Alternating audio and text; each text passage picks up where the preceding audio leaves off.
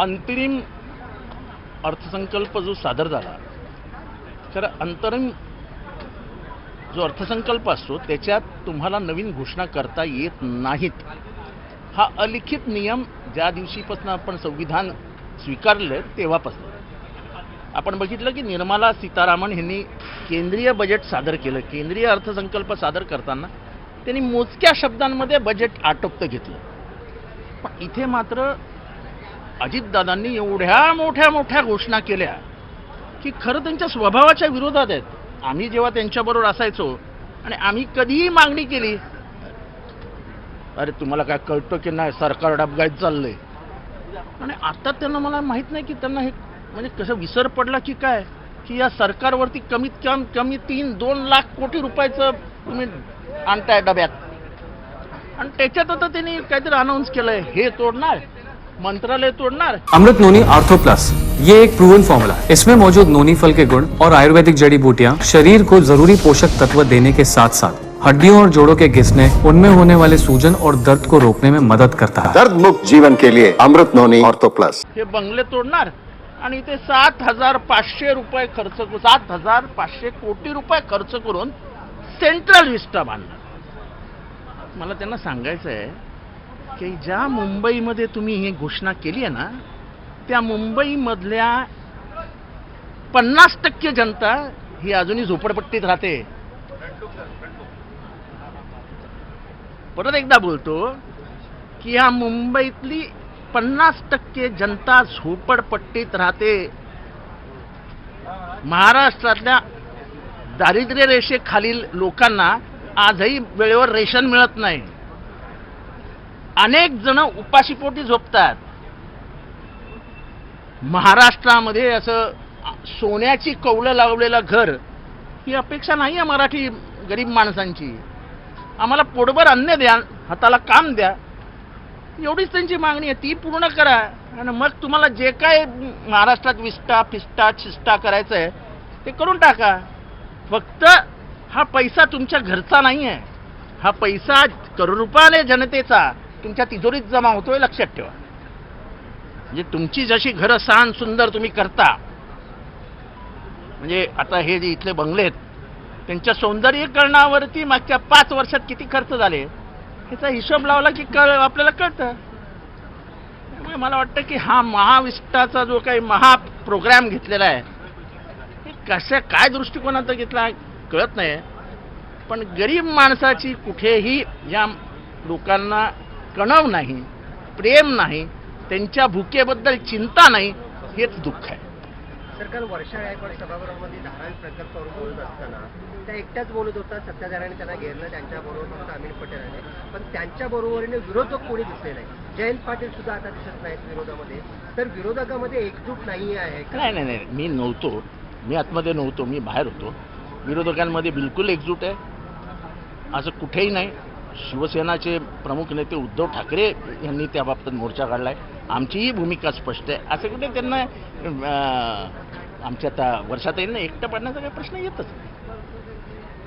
Sir, Hindi में कल आप लोगों की एनडीए की बैठक हुई सीट शेयरिंग को लेकर, कहां तक बात पहुंची है, कहां पेच फंसा हुआ? बात बहुत दूर तक पहुंची है और जल्दी खत्म हो जाएगी, क्योंकि खुद रात को उन्होंने कहा कि जो 27 सीटों का प्रस्ताव हमने दिया है, ये प्रस्ताव बहुत पहले दिया था जब हम शिवसेना से बात कर रहे हैं। और कोई भी प्रस्ताव दे सकता है ना, वो प्रस्ताव के ऊपर चर्चा होती है और फिर अंतिम निर्णय होता है। अंतिम निर्णय करने के पहले ये नहीं, ये बराबर नहीं है, ये नहीं है, वो नहीं है, वो बात करना गलत है। देखो, मेरी भूमिका बहुत स्पष्ट है कि प्रकाश अंबेडकर जी भाषण जब करते वो कहते हैं कि ये मौका गया तो बहुत पीछे चले जाएंगे हम लोग, क्योंकि हमें संविधान बचाना है और इस देश का गणतंत्र बचाना है। यही भूमिका हमारी है। तो थोड़ा सा आगे पीछे करके ये भूमिका को एक करके मजबूती से लड़ेंगे महाराष्ट्र में। जो डिमांड आवाजी जो डिमांड प्रकाश आंबेडकर ने रखी है, हे बघा, मी सांगतो जागा किती लढवणार आहे हे फार काही मोठं नाही, तुम्ही जिंकणार किती हे महत्त्वाचं आहे। आम्ही एक फॉर्म्युला ठरवला आहे, जिंकेल त्याला जागा। पण 20-18-10चा फॉर्म्युला आहे का तो जो ते 20, 18, 10, 40, 50 ते तुम्हाला समजेल ना. काही कशाला. मी जसं सांगितलं की आमचा फॉर्म्युला स्पष्ट आहे की ज्या पक्षाची तिथे ताकद आहे आणि तो ती सीट जिंकू शकतो, मुद्दामून आम्ही ती सीट मागणं हा माझ्यासाठी आणि आमच्या पक्षासाठी तो राजकीय गुन्हा आहे. असं करू नये. पण त्यासाठी जरांगे पाटलांना सुद्धा असं आहे प्रत्येक असं त्यांनी इच्छा व्यक्त केलेली आहे. ते सगळ्या इच्छा विचारात येतील ना, सगळे चर्चा करतील. तुमचं वैयक्तिक डेमोक्रेसीमध्ये negotiation is a part of it. You cannot close doors for negotiation. माझ्या वैयक्तिक मताला कुणमत शून्य. पक्ष आहे, पक्ष लोकसभा लढवणार आहे, जितेंद्र आव्हाड नाही लढवणार. अवार जी जो डिमांड प्रकाश अम्बेडकर ने रखी है ये बोलते हुए कि हमारा स्ट्रॉन्ग होल्ड है 27 कॉन्स्टिट्यूंसी. देखो ऐसा है, रात you I think you don't follow the news at a regular basis. In the night, they cleared it that the note which has been given to the press was a note which was placed when they were talking to Shiv Sena. So now you understand. And I always say a proposal is submitted, you have to discuss, negotiate, sit on table.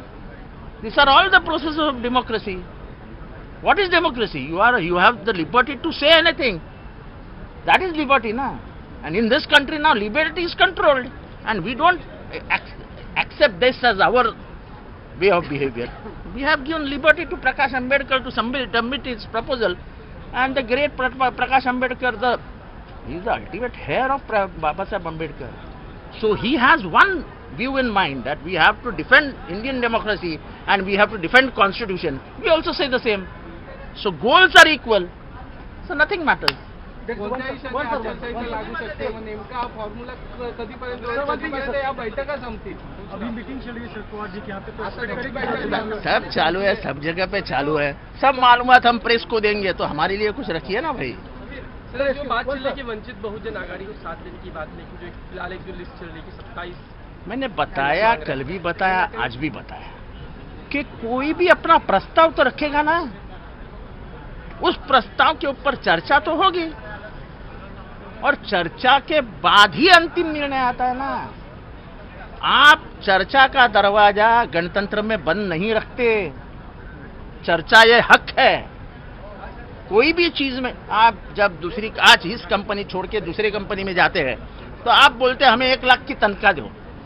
आप negotiate करते हो उस manager से, फिर वो बोलता है 70,000 रुपये तय कर लो, तो आप 70,000 रुपये तय कर लेते हैं. तो हर एक के जीवन में ये समय आता है. चर्चा ही अंतिम स्वरूप है जिंदगी का.